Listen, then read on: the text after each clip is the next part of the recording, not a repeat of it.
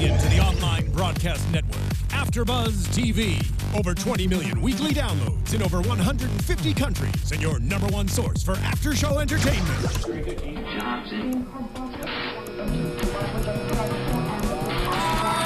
AFTERBUZZ TV, the destination for TV superfans. Producing aftershows for over 300 of your favorite TV shows, interviewing celebrities and showrunners, and bringing you behind-the-scenes exclusives. All thanks to E! Entertainment's Maria Menounos, producer Kevin Undergaro, and internet leader Akamai.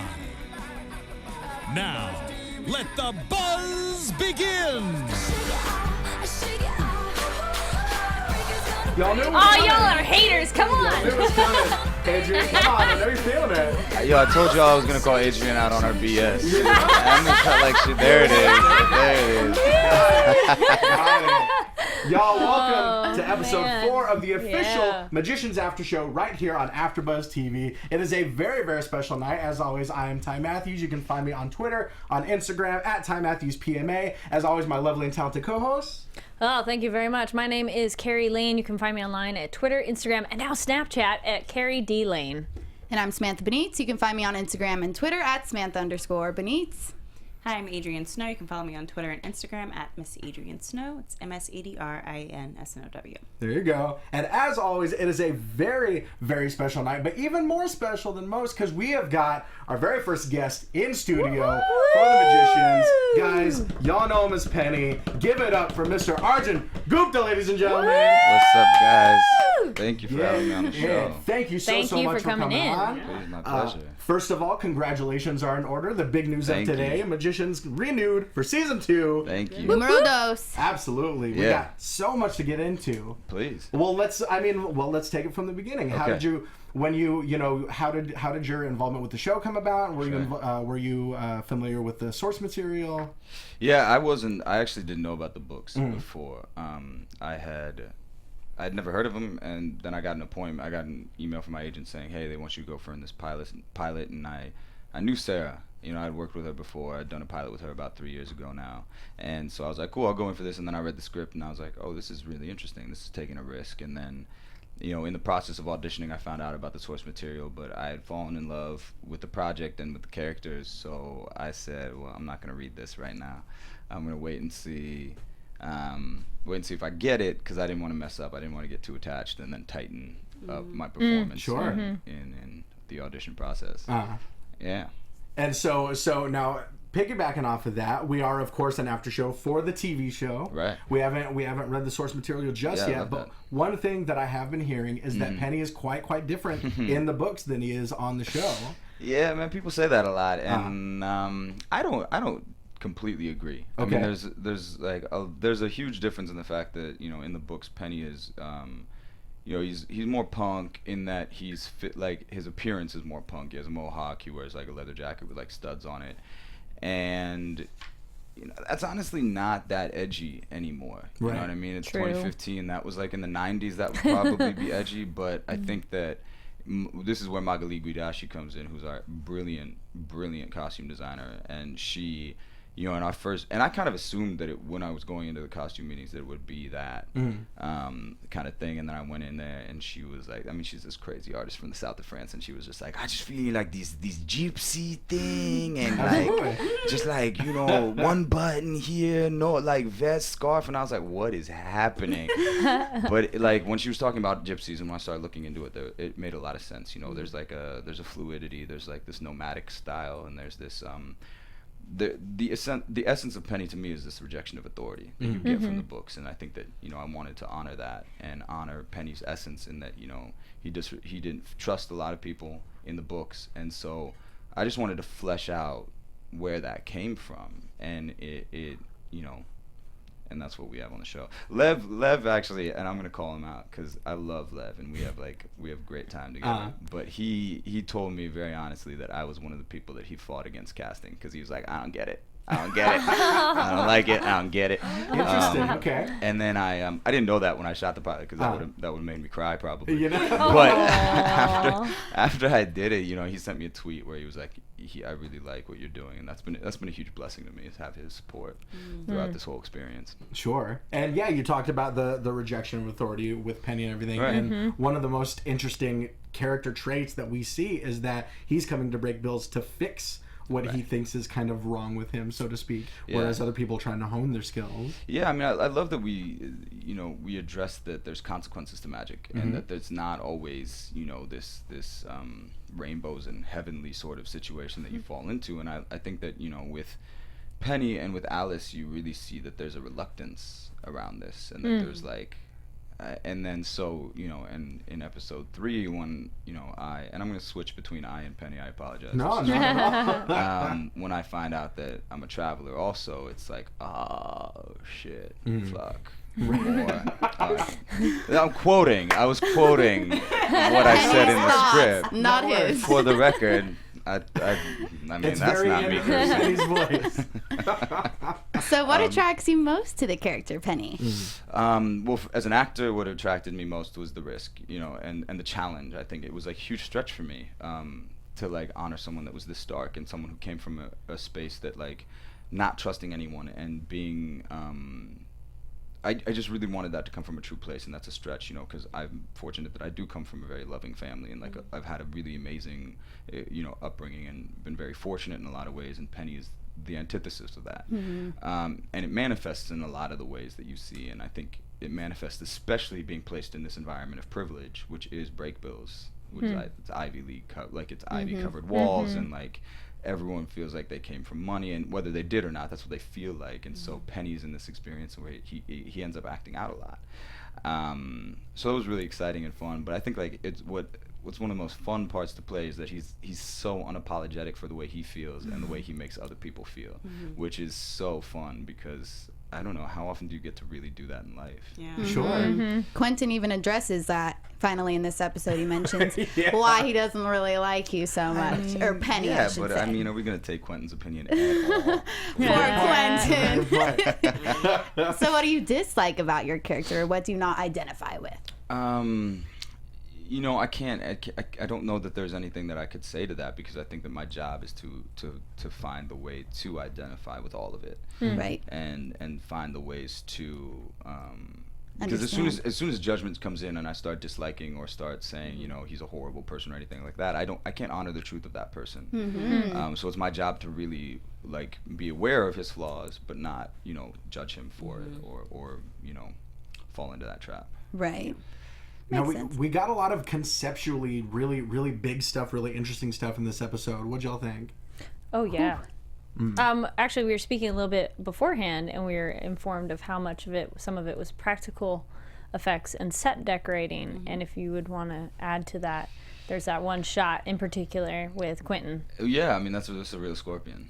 That was a real scorpion. Is that the one you're talking about? That part, and then the chamber, the light chamber. Oh, right. Yeah, I got to show love to Ellie Smokin, our DP, director of photography. Amazing guy who's young.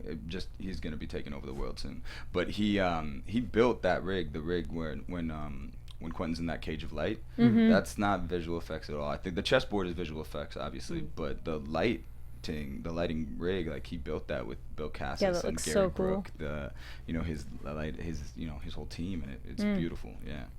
And Do you that's- guys ever look back at the end of the episode and just say wow after they add all the special effects in, just to see the whole thing kind of show? Yeah, I mean we say wow every day when we finish a day, just because like we see how much work that everyone's going in there, and I'm going to say this a bunch throughout this hour, I'm sure, but I just want to, like, the crew that we had there in Vancouver. I mean, the crew we had in New Orleans was amazing, but, I spent so much time with those guys up in Vancouver, and they are top notch, and I have so much love for them. They were, they were such collaborators from the jump, and so we knew every day was special. And then to add on, the bells and whistles that come with like visual effects and all that sort of stuff is really, it's exciting. That's so awesome. Nice. Yeah, definitely. So we saw, I mean, obviously a lot of big themes in terms of magic going on across across the whole arc of the show. One of the things that I'm interested, what you guys think, especially what you think, is it almost seems, and there's a very, very strong line that Quentin says near the end of this episode that really, really hit me. And he says, I don't need to be taught what magic is or isn't. I need to be taught magic so that I can decide what it is or isn't for me. Mm-hmm. Do we think that there's some religious allegory going on here? Some symbolism here? Potentially. I think that's just kind of like a view for life in general. Sure. No matter what, you just kind of want to be open. In terms of magic as religion, in terms of being taught not necessarily how to think about it, but being taught what it is so that you can decide what to think about it on your own. Mm-hmm. I mean, I think you can, that's easy to apply that to a religious concept. It's, that's kind of, I think a general thinking is like, what is your religion for you? What is this? And if you think of magic as I know my mom was like, Harry Potter is the devil because it was like witchcraft. If you think of it in that way, then yeah, it's that magic is their religion, So right, and there's definitely there's got to be characters that worship magic, that kind of use it as their quote unquote religion, that thinks it's this problem solver. Well, yeah, Julia. Sure. Right, exactly. Julia and the Hedge Witches potentially. Well, the other problem is with Quentin not knowing magic the right way. It's like everything gets screwed up. Right. So it's more also, I just need to know how to use it properly so I don't mess things up, because he knows things go wrong. Sure. So he wants to know, okay, I know what it is, just tell me how I can use it, because then he can use it for good or bad reasons. Right, definitely. So on a basic level. But yeah, the religion metaphor, maybe. I felt like this was a good episode. I go with you, I'm like, not sold. All right, just me. Cool. I felt like this was a good episode for Quentin, especially because he's starting to hone his powers, especially put in this circumstance. And then he summons Penny at one point using the Taylor Swift song, which I thought was a great little, throwback to last week that we enjoyed. But nonetheless, it made me wonder, is this showing more of Penny's powers or is this showing more of Quentin's powers? Just I'm not sure with the whole summoning with music or definitely. with thoughts, but nonetheless, that's your abilities. Or is it just how much Penny hates? Taylor Swift. Really? Okay. Cannot That's stand the it. truth. it is a beacon of annoyance out there. You're just like, where is it? I need to stop it now. Now we saw a lot from Penny in this episode. Yeah. One thing I wanted to ask you about is playing these kind of two sides of Penny. Right. Playing the real Penny and playing this sort of projection that Quentin sort of manifested. What was that like? Man, it was I was so excited when I got the script. And actually, John McNamara handled this, I thought, and Sera as well, handled this so beautifully for me.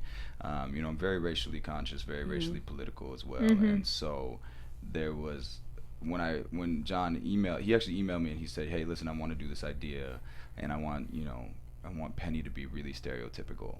And he was like, but I want to know, I don't know that much about the culture. Can you share with me some scripts or some movies that I should watch? And I was like, I mean, if you want this dude to be really stereotypical, I think your ignorance really serves you in this purpose. Right, yeah. He ended up, he loved that line, and he did, and he leaned into it. But for me, having that stereotype be present, then to be able to comment on it and then flip it up on its head, and by having real Penny come in there and address what is the inherent racism of that moment was That was awesome.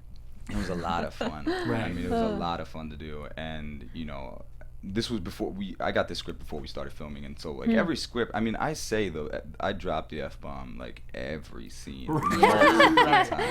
Penny, he curses a lot, and so I just assumed that we were gonna, because on Jackie we would.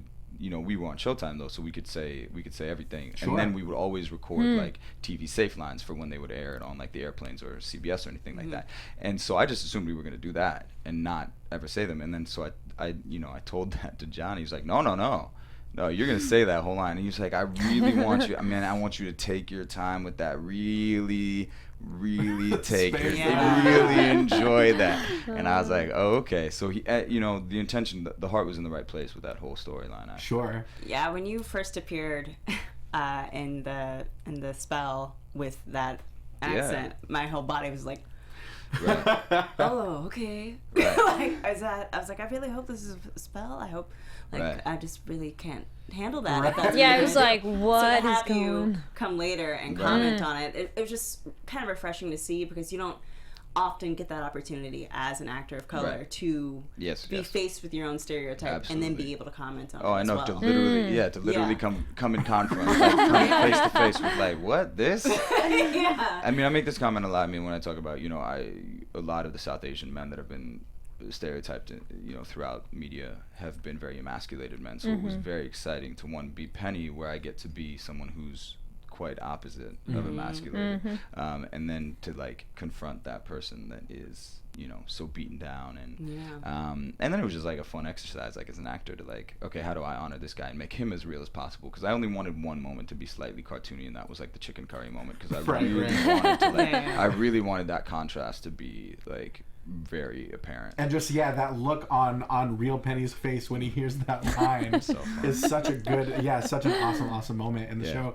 I want to talk about practically how you guys went about shooting those scenes. Oh yeah, that was that was a trip. I'd never done anything like that, but it would literally be that they would have the camera one angle, so I would be sitting there doing the broom in my orderly outfit, and I would like be singing the Taylor Swift thing, and then they would cut when they were happy with that. Then I would run and like change into the other Penny's outfit, like just offset, and then come back in, and then like we would stay in that same angle and shoot that other part, and that's how they were able to, with VisFX, put it back and forth. Yeah, it took a long time, but it like Jamie Conway, who's our director, was brilliant. He knew what to do, and he was great. Yeah, there's so much. I mean, just the visual effects going on in the show, as we saw, especially in this episode. Whether and you guys have said that you try to use practical effects as often as possible. Yeah. But whether that's the case or not, it always ends up looking amazing. Yeah. Now, in terms of, I want to talk about the rest of the. I want to hear what you all think about the episode, though. Yeah, that's what I wanted to ask about. Yeah, especially in terms of Marina. We saw a lot of Marina, and we saw her kind of ascend to this new level of like villainy. Like we saw that moment of her burning the X's on Julia's tattoos. Where do we think she's going? I mean, we haven't. Another thing is that we've heard a lot of talk about the Beast. We haven't seen the Beast since episode 1. So what do we think about Marina kind of being like this new big bad? Well, I think she's just in over her head. I think she. You think so? Oh yeah. I mean, so after unlocking all of those memories that were locked away. But she didn't graduate though, so I mean, there might have been more. I'm just saying, like, in terms of what she thinks she can handle.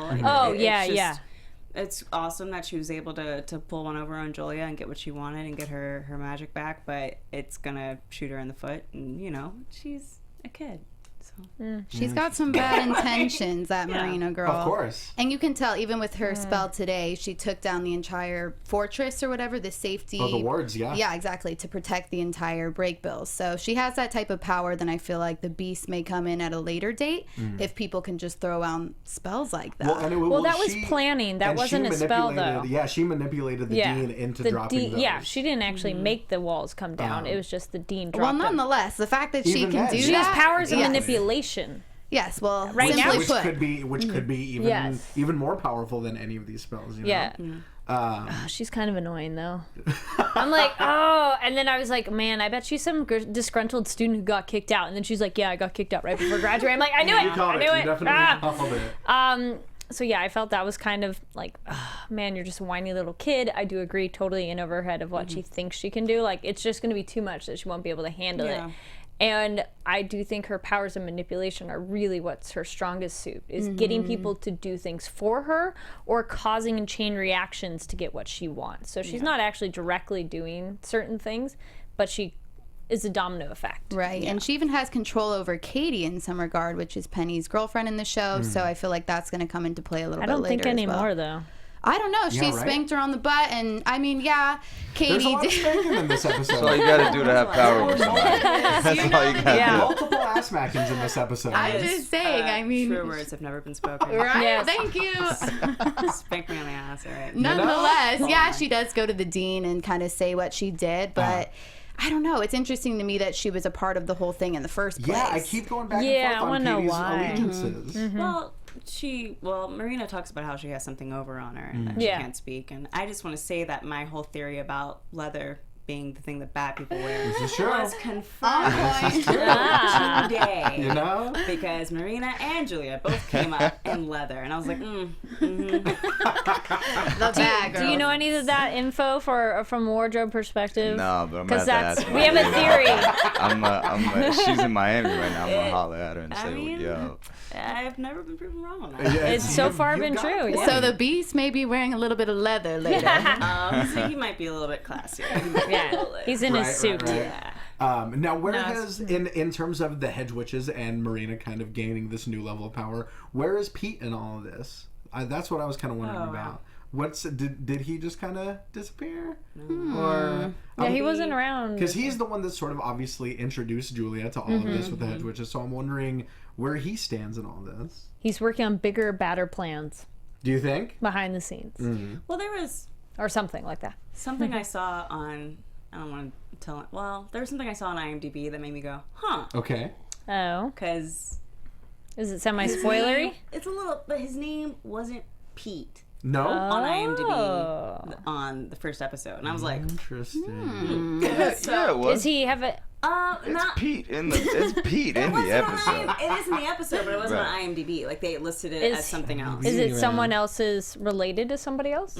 Okay. Interesting. So, I don't know. I mean, I could be totally wrong. I don't know. That's interesting. But yeah, when I was going through... We'll be like, IMDb, add one correction. It's already gone. They already changed it. Maybe it was a typo. Yeah, I'm like, I IMDb printed it does out. have It typos. says Pete. Yeah. But I could be wrong. I don't recall. No, Maybe it's just... But there was like a weird thing where I was like, oh, okay, well, why do they have him listed as this? But Interesting. Yeah. And I love the kind of the structure of this episode, how so much of it takes place in this I mean, I guess you could call it a hallucination, but inside the spell that Quentin's manifested. And I love that he calls it out immediately. He knows it's not real. He knows, like, all right, obviously this is a combination of everything in my life. This is not real, but it's that frustration and that paranoia of still not being able to escape. yeah.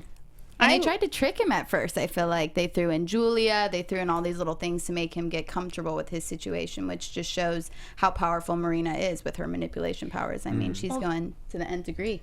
I think Julia was kind of messing up because she wanted to laugh in his face. And Exactly. That, for me, I was like, oh, okay, well then this is definitely a spell. And Can I jump in on Absolutely. that? Yeah. I think I think the beautiful thing about this is the theme of the power of the mind. Right. Yes. Right. And especially the power of our own narratives that we create.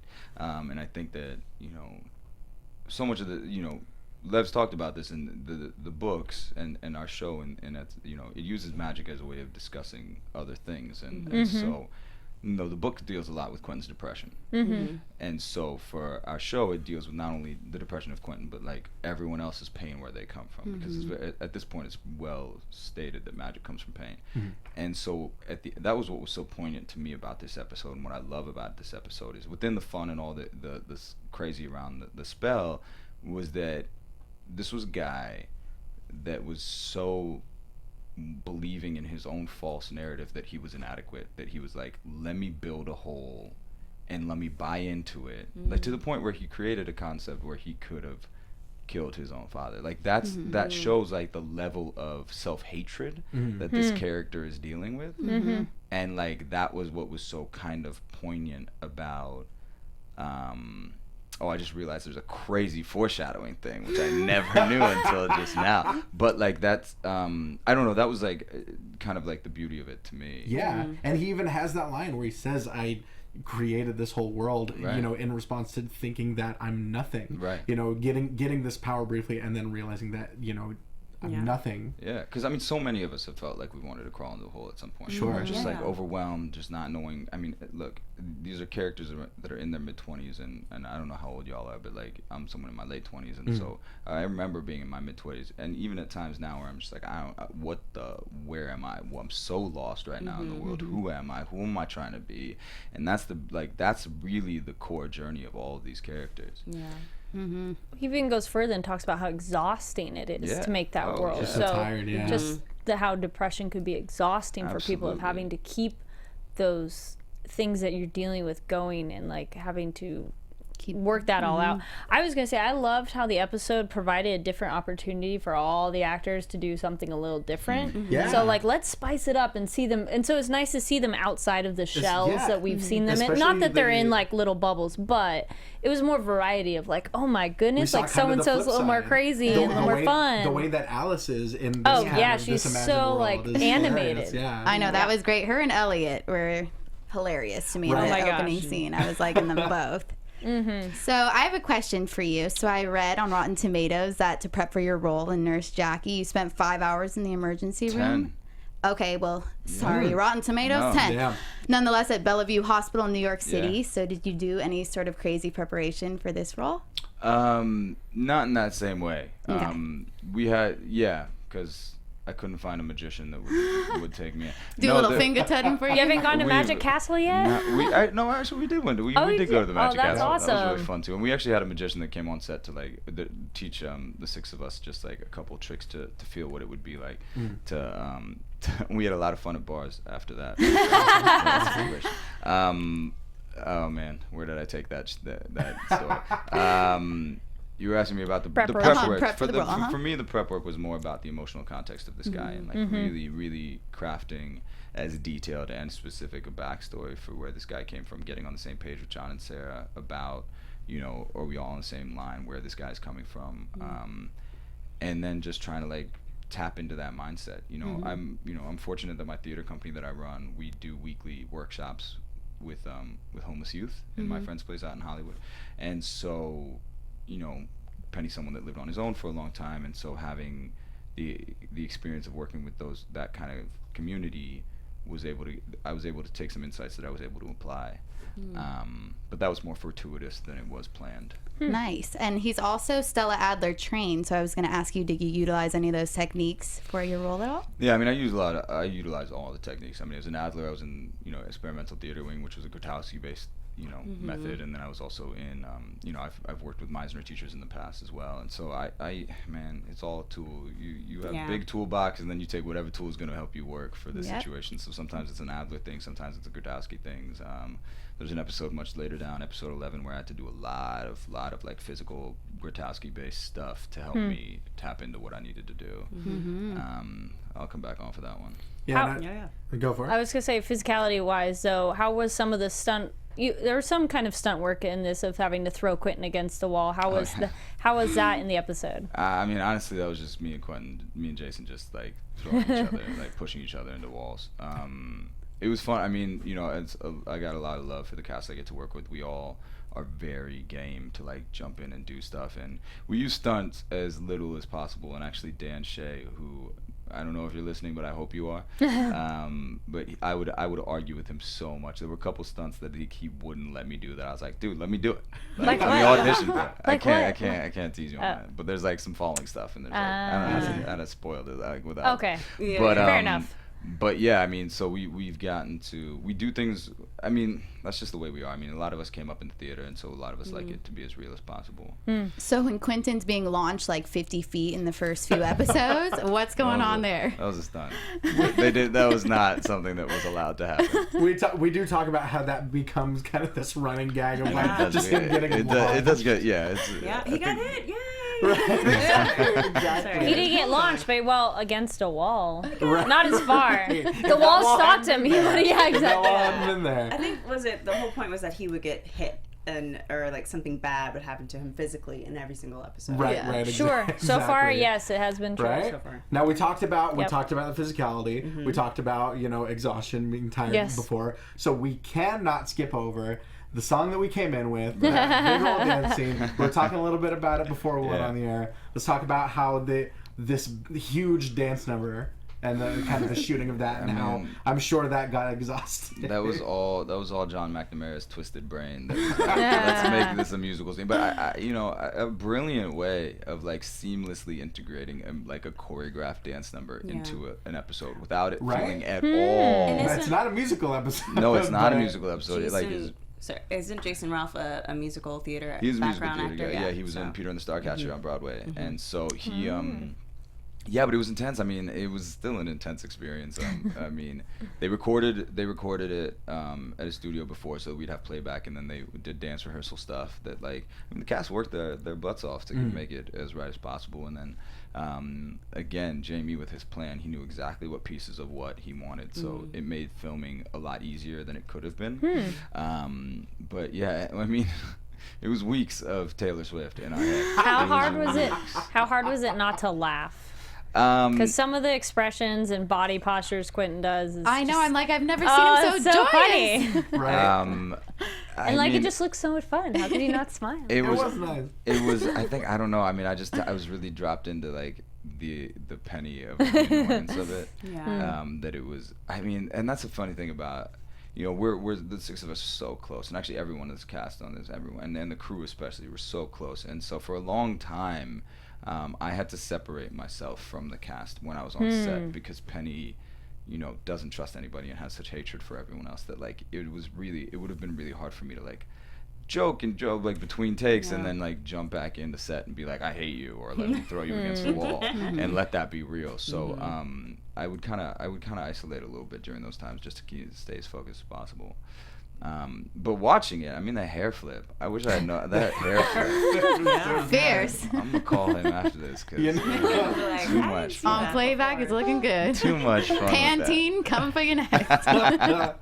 His hair, yeah, I was noticing that in this episode. Quentin's hair throughout this season has been on point. Yeah, voluminous and so healthy. I mean, you know, Jason, are you listening? Yeah, all of them though. They got nice hair on the cast. Absolutely. Wondrous. So I have another question. So I know about your podcast, The American Desies. Can you tell us a little bit more about it? Sure. It was just me and my boy Akash, who's a comedian out in New York. We've been wanting to work on something together, and you know, I worked with Anna Devere Smith on Nurse Jackie, and she'd always told me, you know, you should do something with radio.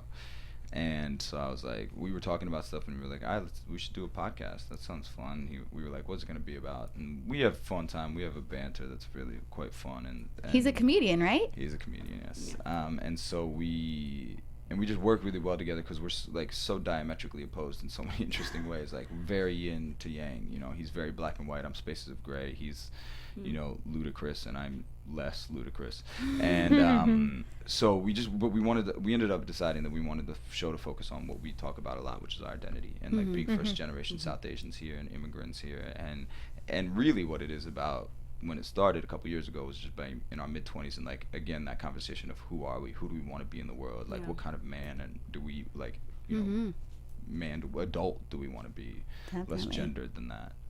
So that's where it started. We interview people of South Asian descent, and actually people of immigrants of all kinds. We just want to paint the tapestry of what it means to be South Asian in this country today. It's fun. We have a fun time, man. Yeah, I love it's a good show. We do not do as much prep work as y'all do. I noticed that. I was like, but it sounds like a natural conversation. Yeah, it is. Right. It's very much about conversation. And I love the title of the first episode of For Us, By Us. I was like, oh, nice. FUBU. You know? I was like, that's nice. It's a nice little dynamic that you guys have going, because it's definitely that of him like being like a lot of high energy and you kind of being more chill. So. Yeah. That's a good way. I got nothing to respond. Yeah. That's just real. That's real. Yeah, and we talked about earlier, you know, you playing this version of Penny that's very stereotypical and stuff like that. Did you have you had to play roles like that before that you drew upon for this? I've not. I don't think I would. You know, my policy about that is I have this conversation with other actors a lot about whether to ignore auditions and disregard auditions or to go in for them. And I remember when I went in for the pilot of Big Bang Theory, and I haven't seen the show, so I'm sure the character's changed and maybe is more nuanced than it was. But when I read the pilot, I was quite offended. Maybe I'm wrong. Yeah. I was quite offended by just like again, it was another beta male emasculated. I mean, there was like a panty sniffing joke, if I remember, thing that I was like, so for me, I had to figure out a way, like, do I just not do this and like miss out? And this was like, when was this, 10 years ago? I was broke and like working day jobs in New York. Like, I really wasn't in a position to start turning down auditions. But how do you marry that with your ethical compass?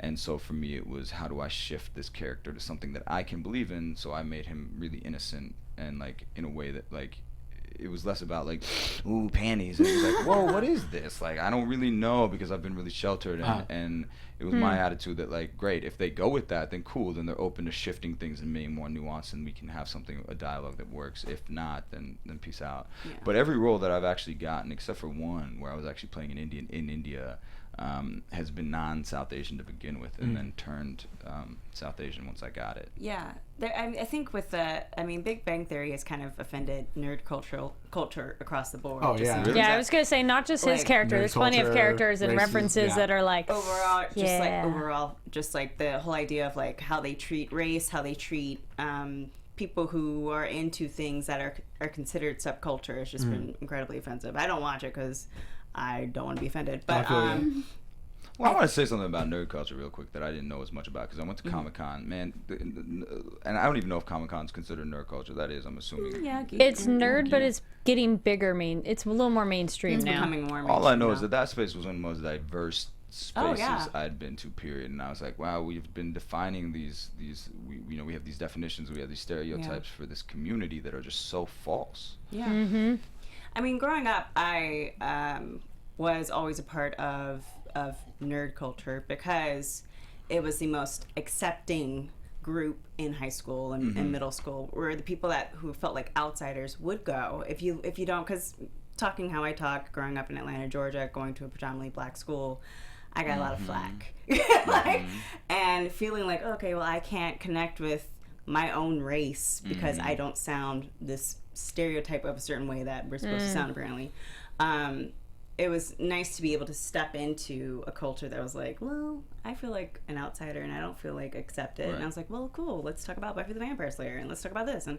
And so that kind of idea of acceptance has always been nice. It is changing as it becomes more mainstream, and there is kind of like dynamic shifts happening, especially like for women versus men in terms of nerd culture. But overall, there's something I want to touch on about just racial identity in acting, in terms of like, I've had that moment too where my agent wanted me to go do, like, I called it a Negro spiritual because it was like this whole touring show.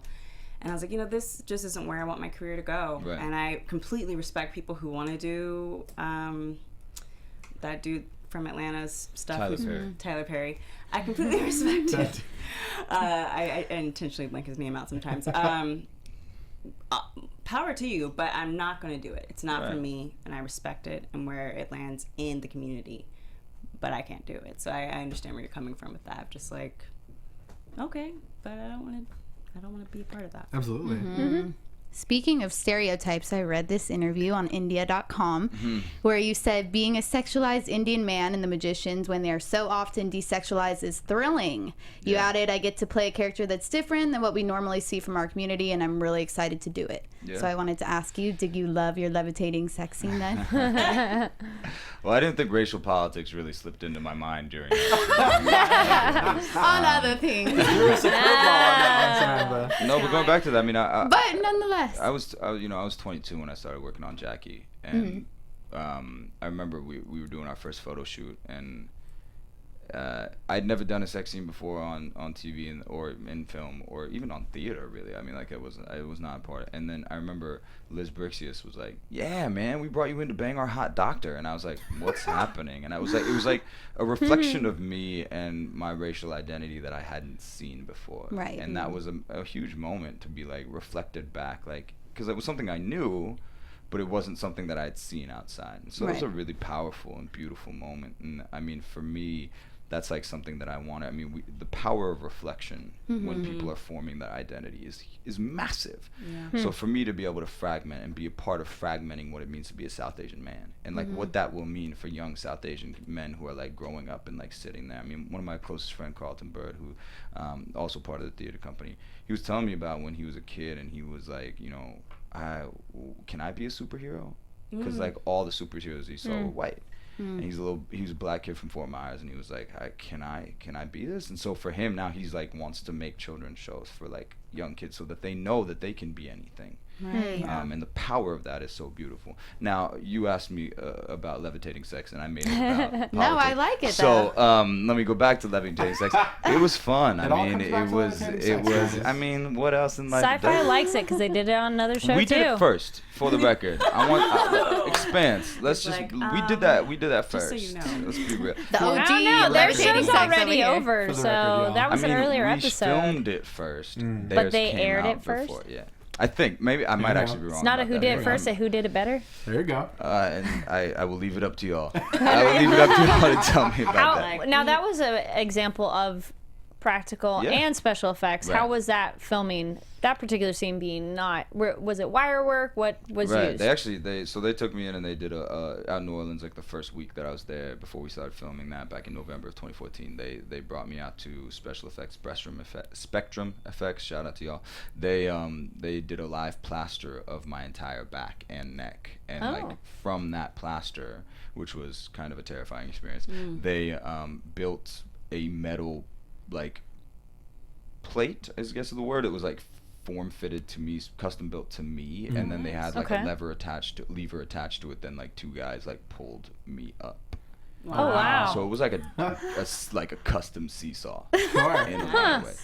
So I would be there, and then Jade, who plays Katie, was on top of me, and then we were, and it was Mike Cahill who directed our pilot brilliantly, and is an amazing human being. He was very specific with what he wanted. He was very clear with what he wanted. So it became very choreographed. It was a dance. So yes. I just love Interesting, I that it love was it. practical effects. You know? I mean, Yay! How dope is that? Go sci-fi. it Keep just it feels up. good. We love It's because practical effects are awesome. Exactly. they just look. I mean, overall, they just look better. You What's- don't feel like you're like looking for the the blue screen or anything Yeah. like that. Yeah, exactly. Well, I was back to when you had the hospital scene where you looked at yourself. I loved how it looked very seamless. Right. It doesn't have that green screen, like, oh, there's a second layer there. And yeah, I totally agree. The practical effects, it's so much better when you build a show or a film where the practical effects are the base and the special effects just kind of are the polish to Right. smooth out the Exactly. lines. And then that makes it the most believable because then there is a real thing there, instead of Well- just completely. But not that that's bad, but I think it's better when there's some base in practical. Well, Fuse have our Vis FX up in Vancouver. Fuse FX. I'm just gonna keep shouting out everybody. What's up? Do it. They actually said the exact same thing. I mean, for example, the scorpion, the gold scorpion that was on his mouth, that was a real gold scorpion that the props guys. I mean, gotta give mad love to Pat O'Brien and the props department. Seriously, Props gonna to shout props. out everybody. Props. They like had built that model of that scorpion, and then VisFX made it move and move around and crawl into his mouth, and that made it easier for them. Speaking of that scene, real quick, let's talk about the your guys' tutting choreographer that played a part in that scene. Let's talk a little bit about Cameo. that. Sure, Kevin Lee, who played the professor who was like lowering the wards and basically being Dean's assistant because he can't cast spells anymore. Right. He's our tutting choreographer. He had the painstaking job of like teaching us and choreographing very specifically to us. I mean, it was amazing. He was an amazing dude who literally would find out, like, because I played the violin since I was 3. So for me, like, my left hand is just more dexterous, like, than my right.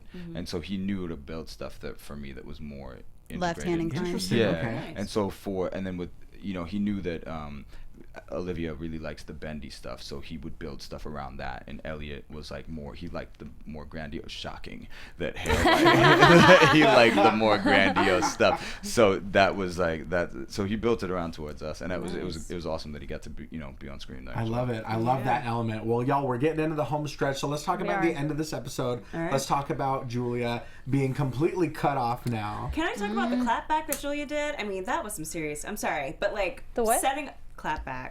The clapback. Do you want me to break down what a clapback? Please do. So Getting educational.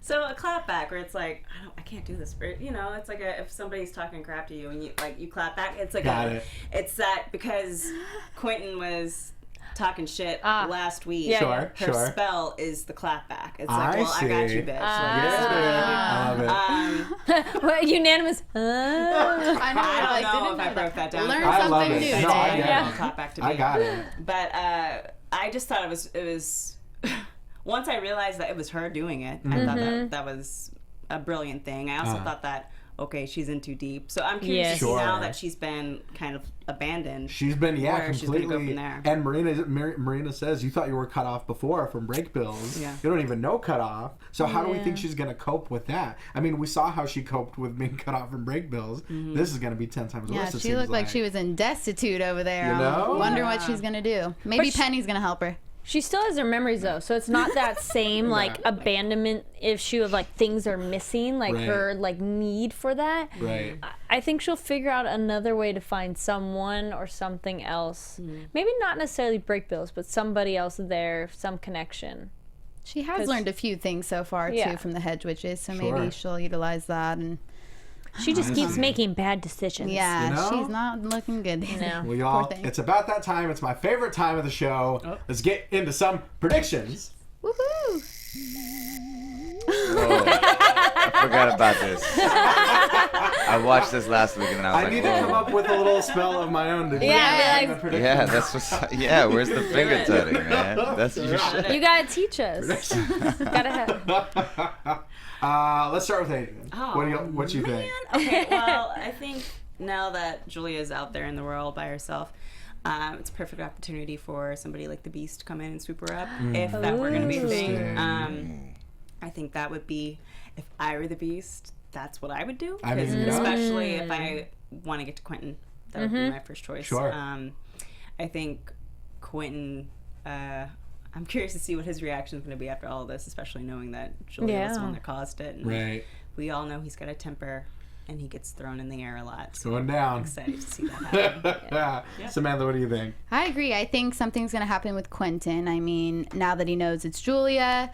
But then again, I mean, the dean, she does go to the dean and tell him what's going on. So I feel like she does have a little bit of guilt on her conscience. So hopefully that will play into Quentin's decision in whether to help her or not, if he does even have any knowledge that she's gone. But my inclination is that Penny's going to realize she's gone for some reason just because nobody else can sense her mind. So that's my thought on that. See. But I don't know. I'm thinking the Beast is going to be coming back here soon as well. So I'm agreeing with you there. Karen? We don't know the details of what restrictions Katie has on her, but I'm hoping she can tell them something, because I feel there needs to be a shared communication going on, because there's a lot that like Breakbills doesn't know. That'd be so much better if they knew like that these people what they were doing on the outside. I thought Julia told them that's why she was banished, is because she went and told them what was going on, or did she just tell them the spell? I think I got that. More things with Katie and like what more with like she's gonna not be doing the back dealings. Oh, okay. Like I feel she's done. Forward. She's like, I'm done. I'm gonna stay on the one side. Like because she's like, I didn't sign up for this. You know, she was really like not okay with how serious it got. Yeah, I really want to see how Quentin reacts to the next one. What he's gonna do about it. I don't know. Y'all are talking about Quentin and Julia. I think Pete's coming back. I think my man Pete's coming back. I think he might actually be. For some reason, I get this feeling that maybe he's kind of tired of Marina's BS, and so maybe he might be the one to help Julia out. True. That's a good point. So who Just knows? because Marina cuts her off doesn't mean he won't. You know, kind of thing. And just those X's on the tattoos. Oh, that is burn. cold-blooded. Yeah, she's lined up now. You Yeah. know? Damn. They do some messed up stuff to the tattoos throughout the season. Do they? Oh, Some more. messed up stuff Interesting. to the tattoos throughout the season. Man. Well, this has been an absolute blast. Arjun, thank you so much for coming on. Thank you. Why don't you tell everyone what you got coming up, how they can find you online? So you can find me on Twitter and Instagram at Arjun Gupta BK. I run a theater company, Ammo Theater. That's also Ammo Theater on Twitter and Instagram, and we are opening our first play next Thursday. It's called The Judgment of Fools out at Atwater Village for all of you LA residents. Check out ammotheater.com. Buy tickets. It's going to be a lot of fun. Cool. And once again, season 2 just got renewed. Yeah. So that other thing that I watch the rest of this season, and then also No big deal. season 2 when that comes around. did. Hey, thank you guys. Yeah. Appreciate you guys. Congratulations. Guys, y'all. Oh, hi, I'm Adrian Snow. You can follow me on Instagram and Twitter at Miss Adrian Snow. I'm Samantha Benitz. You can find me on Instagram and Twitter at Samantha_Benitz. Hey, I'm Kari Lane. You can find me on Twitter and Instagram at Kari D Lane, and that's Kari KARIDLANE. And as always, you can find me on Twitter, on Instagram at TyMatthewsPMA, along with various other after shows, Monday Night Raw, Pitch Slap, Second Chance, Lucha Underground, all that good stuff. Yeah, but he told us this is his favorite. This is my favorite. This is the best 100%. I mean, I love all my No big hosts. deal, just I saying. love this one. I love Magic, guys. Grew up, love Magic. If you're on iTunes, download, rate, subscribe, 5 stars if you're nasty, all that good stuff. But for now, we'll be Thumbs up. back next week, same bat time, same bat channel. But until then, peace.